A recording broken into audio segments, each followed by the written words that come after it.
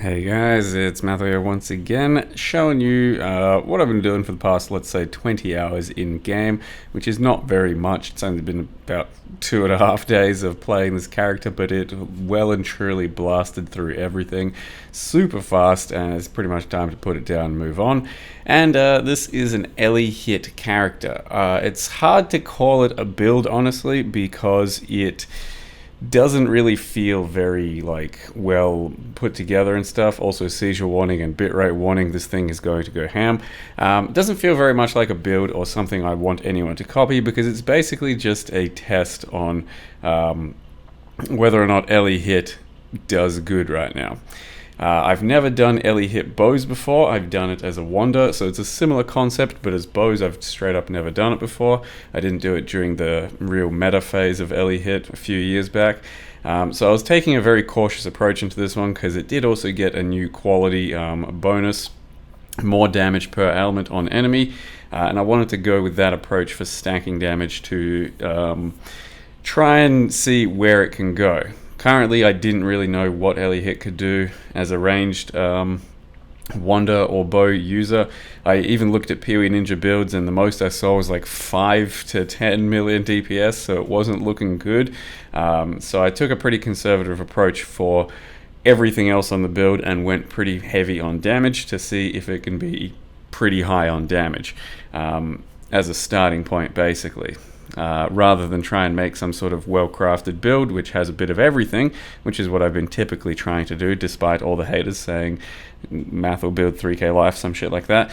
Despite all of that, I usually try and make somewhat of a well-rounded build. This time around, it was basically just glass cannon and pure damage, and yeah, it can do some fucking damage. This is probably the most raw damage I've had on a character in maybe ever.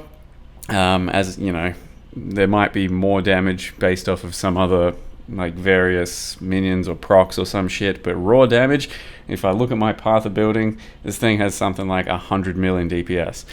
It is pure glass cannon. There is basically nothing to prevent me from dying except for that small life pool, but that is more than enough to still let you go through the game if you just blast and occasionally take a death here or there. But that's what I'm saying. It doesn't feel particularly good to just die randomly to stuff or be very capable of dying. So that's why I don't really want anyone to try and do a similar build to this. But the take-home message here is that Ellie hit with this type of sort of scaling can definitely do some serious DPS. No one really needs 100 million DPS. You could build it in a much more well-rounded manner and then still have very good damage. And it's basically all I'm here to tell you, how to scale some Ellie hit and show you that it has some very large potential right now, and no one's really doing this type of stuff for some reason. Quality stacking and then getting some good results out of Ellie hit.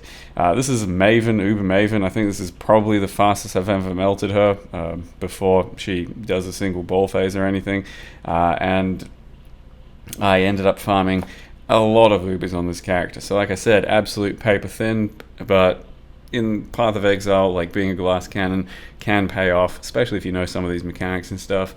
It can definitely still be more than enough for most content in the game. Plenty of content out there you do want to be a bit tankier for, and this one won't be doing that, but for plenty of content, like most Ubers, pretty sure all the Ubers actually, I didn't try a couple of them, but yeah, pretty much all the Ubers, you can just overpower them with raw damage, and that's what happened. I did something like 10 to 15 Maven kills, Uber Maven kills, bunch of Uber Shapers, Uber Elders, Feareds, that sort of stuff, because yeah, it's pretty fun to just sit there and obliterate the bosses. It's not very fun to die during various random gameplay, but whatever. It's also a very fast character as a bow user like this, with haste and deadeye and very fast sort of stuff, and that's really not my cup of tea either. By level 70, this character was so fast and had 30 million DPS when I killed Kitava. I was already kind of fucking sick of it, I'm not gonna lie. I don't know how people play these super fast tornado shotters and super fast head-onto characters, because it doesn't do it for me. But I persisted and built the character a bit more, and then ended up doing a bunch of bossing, and here's the result anyway. Like I said, I don't think it's anything someone should copy, but it's a good template or a good step forward to show what Ellie Hit can do. So we are scaling gem levels, we are scaling all the elements instead of pure fire, and then getting 5 different ailments on the enemy, which results in, I think at the moment, 33% more damage per ailment on the enemy, and then that basically is like extra links to your skill, let's just say. And we get a lot of them. This is, of course, still Sniper's Mark. It is also return proj sometimes. The return proj doesn't really feel like it's necessary or doing too much. I tried Maven plenty of times without return proj, and the damage felt similar, so I don't even fucking know, to be honest, if it's good or bad, but I think it gives us a bit better berserk uptime, so maybe that's something. Overall, yeah, Ellie Hit, still very good. As a Wander, should still be very good as well. But let me just go over what the skill looks like and how the character was built, and then you guys can go from there. So once again, like I said, it's a tough character to copy, which is kind of why I don't really want to encourage anyone to try and copy it. At the same time, you will die a lot, and it's not a lot of fun to be dying plenty. Like, it's good for Sanctum, it's probably pretty good for Uber bossing if you know what you're doing, and it can be good for some, pieces of content, but being this squishy isn't that fun in modern Path of Exile, in my experience. You want to be able to take at least a few hits. I mean, you could take this template and just tone it down a bit on damage and get like grace and some evasion and shit like that. It's possible, but I went with an all damage approach and some weird shit to try and just be a bit different. And the result is, well, this. It's a level 93 at the moment. I wish I was still flailing. Previous character, still love the flailing. Still wish I was flailing. And it could go to 94, 95 if I kept pushing, but I can't really be fucked. This type of a playstyle. We got Ellie Hit. So the whole point of the character was trying to do some quality stacking. Not many people are still doing quality stacking at the moment, but it's pretty worth in many cases by the looks of it. And this quality in particular is 5% more damage per ailment on the enemy. Elemental ailment, sorry. And that counts for pretty much all the ones that normally happen, and we have had happen in the past, and it's still pretty damn worth it. As you can see, it gets pretty crazy. Like I said, 34% more at the moment at 96 quality. I think it's 96. It does suffer from diminishing returns as well. So at this point, I am using an Enhance, which is at level 7 thanks to this 48 quality. It's pretty good, but at the same time, it's about as good as just a 40% more damage from a Woke Ellie hit, Woke Ellie attacks. So, because I've already got so much quality from Ashes, it doesn't seem that much more worth to keep going with the quality stacking, but it is still, worth it enough. It's just not like hugely, secret tech or some shit. It's just like decent. So basically, Ellie Hit plus Ashes is pretty damn good right now. If you're doing 5 ailments, which I am, so we're doing Chill and Shock from the Skitterbots, and then we have, thanks to good old trustworthy interrogation, Secret Suffering, we are also doing Scorch, Brittle, and Sap. So that's 5 ailments, and that does result in quite a lot of more, 34%, you can do the math, maybe. Yeah. So if we don't have Enhancer in there, you can see it's 22% more. So in the end, it is like a little better than a support gem, but it's about as good as like the best support gem out there. I'm also using, because of this weird scaling and stuff, I'm using a Crown of Eyes for increases and reductions to spell damage, also apply to attacks. So all this means is our spell damage is going to be attack damage, and in this case, 140 spell damage turns into, 200-ish attack damage. It's a pretty damn thick way of scaling damage, especially because we can pick up through the POB or Timeless Jewel Calculator or something, whatever Elegant Hubris we want, and fix up a bunch of spell damage. So I found one that had a lot of spell damage on it. And there's plenty that have spell damage or proj damage or crit, stuff you can min-max. And I just grabbed one that had a bunch of spell damage. So we got these 2 nodes here. So each of these you can treat as 120 attack damage by themselves. And it basically solves all the damage in your build. And then you just build crit, crit multi, whatever else you want, accuracy, attack speed. So we've got another 80 there. We've got another 3 point for 80 there. We've got an 80 there. And then this one's 50 fire resist. And I've also got another 80 over here that I should anoint over this. I've just been lazy. So, you know, another 80 over there. And you can look for plenty of timeless jewels here, but this one I think has the most spell damage. You can have various other ones with just a bit of proj damage and stuff that'll still be just as good. Keep that in mind. Like I said, this one, it's going to be hard to copy this build because there's not that many out there of this exact thing. I paid like 2 divines for this thing.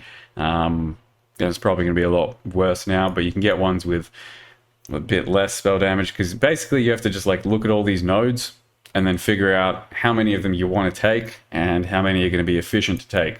Because there might be some over here, which are pretty damn efficient and nice. There might be some that aren't efficient and stuff.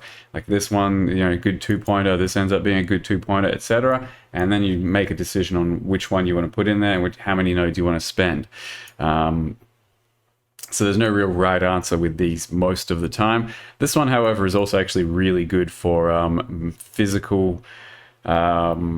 melee physical damage because there's a good bunch of stuff on there for that. So this particular one looks actually pretty damn cracked for, like, I don't know, maybe some shield crush action if you want to do like some conversion or even non-conversion with Crown of Eyes. It's going to be pretty ridiculous. Anyway, Elving Hubris, pretty crazy.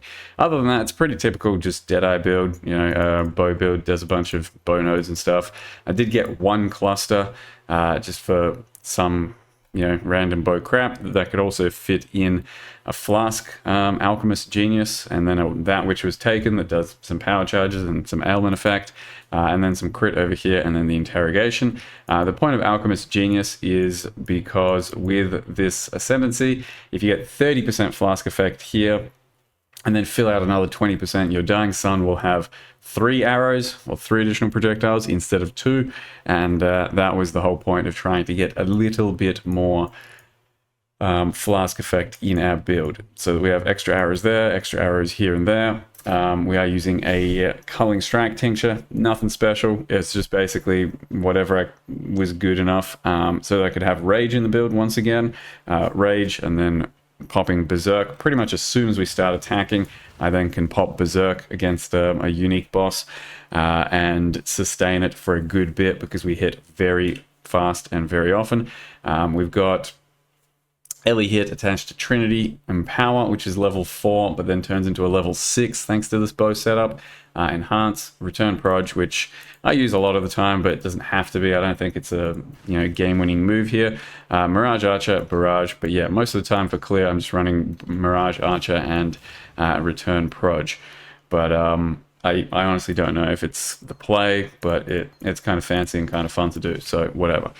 And then Barrage for a single target with Sniper's Mark. I did go ahead and try and do Shroud of the Lightless memes for the first time, so 4% LE pen per abyssal jewel affecting you. So we've got 2 here, 2 there, 2 here, 2 there, which is helping take care of a bunch of the LE pen, and we've just basically gone generic life and attack speed crit ones pretty much all across the board. So that solved a bunch of my attack speed in this build, and some accuracy as well. We've also got Tekrod's Gaze, which with enough Murderous Eyes gives us 200 main hand crit, which is pretty damn nice. The offhand thing does nothing. And then, yeah, it also helps with the reservation. So a bunch of accuracy and bit of attack speed and life and stuff like that. That's pretty much all of these jewels. And then just a couple of rings that I grabbed with resist quality, and then just chaos resed off of harvest until we got some good resists, because that's pretty much where all my resists on this build are coming from.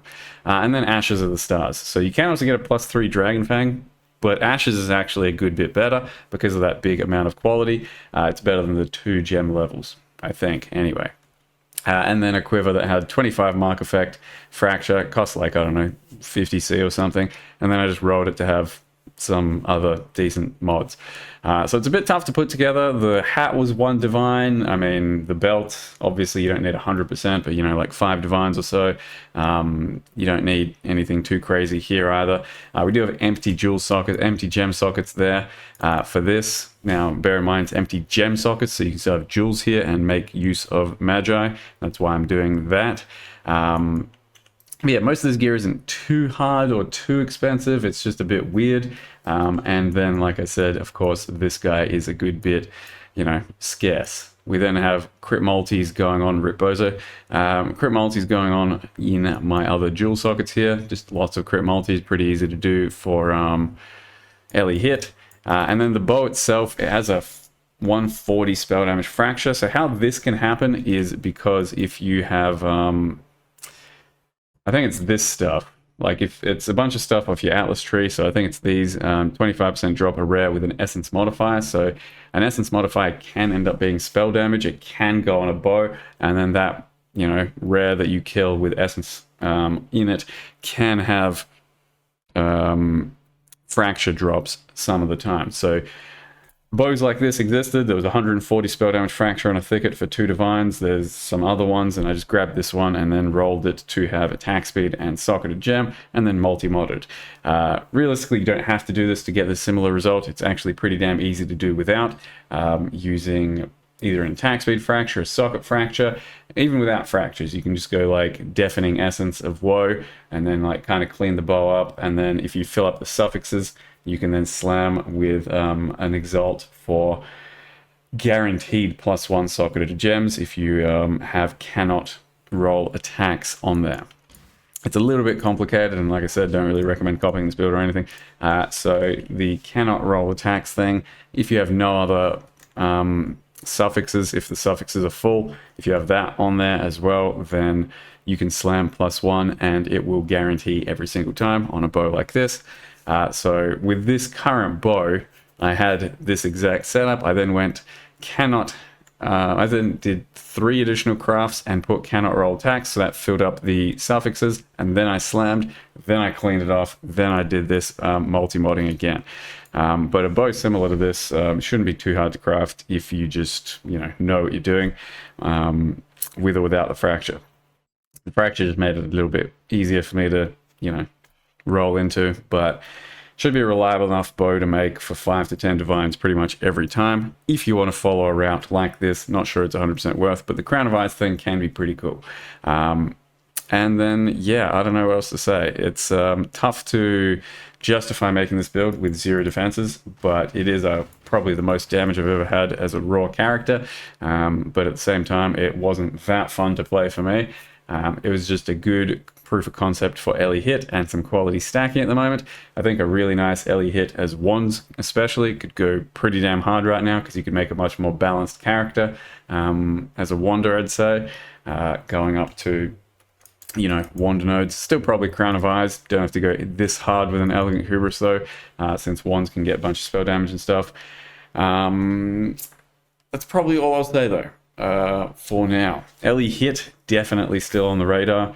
You can look at past templates that I've made of Ellie hit wanders, or find some other stuff out there if it's out there. I didn't see any good examples when I had a quick look, but either way, pretty damn beefy. And yeah, the world's your oyster with Ellie hit, or maybe even some other types of quality stacking. This is my one little example, just for maximum damage, and we'll probably go back to building a bit more of a well-balanced character next time. So thank you very much for watching, and I'll see you guys next time.